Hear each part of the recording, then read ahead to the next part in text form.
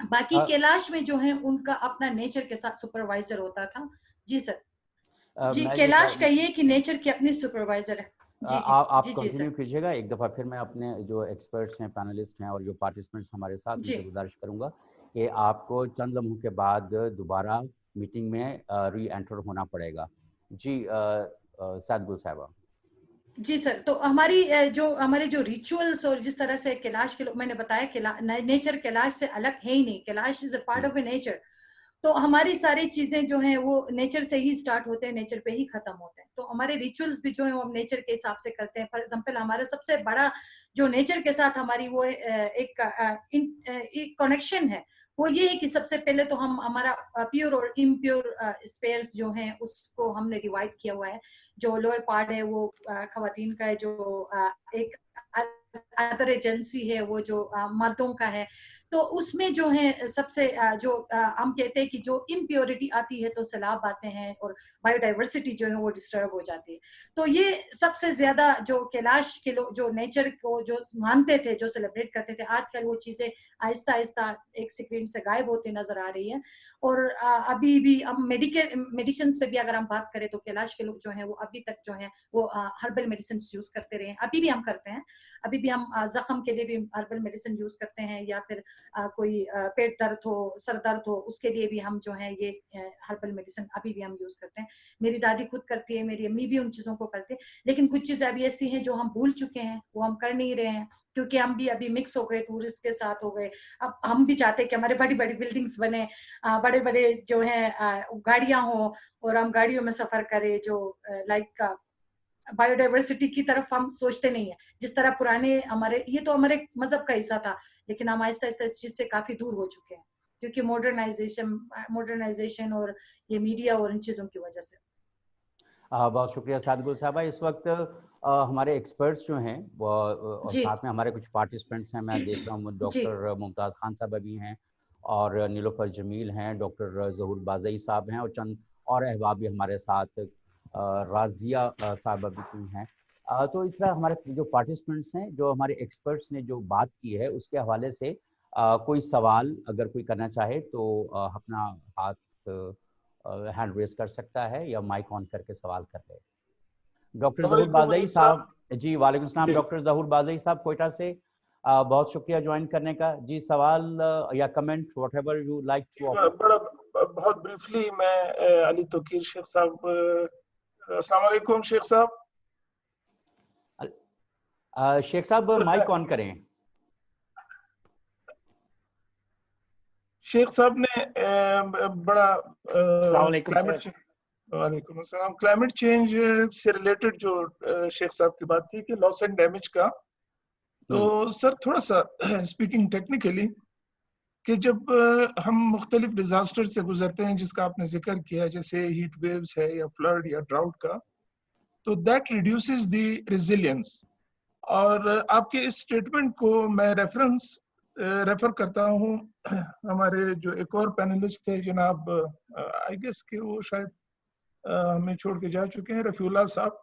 ان کا اسٹیٹمنٹ یہ تھا کہ ڈاکٹر ظہور بازئی صاحب, رفیع اللہ صاحب بھی موجود ہیں ہمارے ساتھ, سن رہے ہیں. اوکے جی. تو رفیع اللہ صاحب کا کہنا یہ تھا کہ جتنا زیادہ ہم ہارش کنڈیشن میں رہیں گے تو اتنی زیادہ ہماری ریزیلینس یا امیونٹی سسٹم زیادہ ہوگی. تو سر یہ جو تھوڑی سی دو مختلف اسٹیٹمنٹس آئی ہیں, میں ریکویسٹ کروں گا شیخ صاحب سے کہ پلیز اس کو ذرا ایلیبوریٹ کریں. Thank you. دیکھیے بہت شکریہ ظہور صاحب اس کوشچن کو ریز کرنے کا. جو لاس آف اسپیشیز ہے اس کے کاسٹ ہے,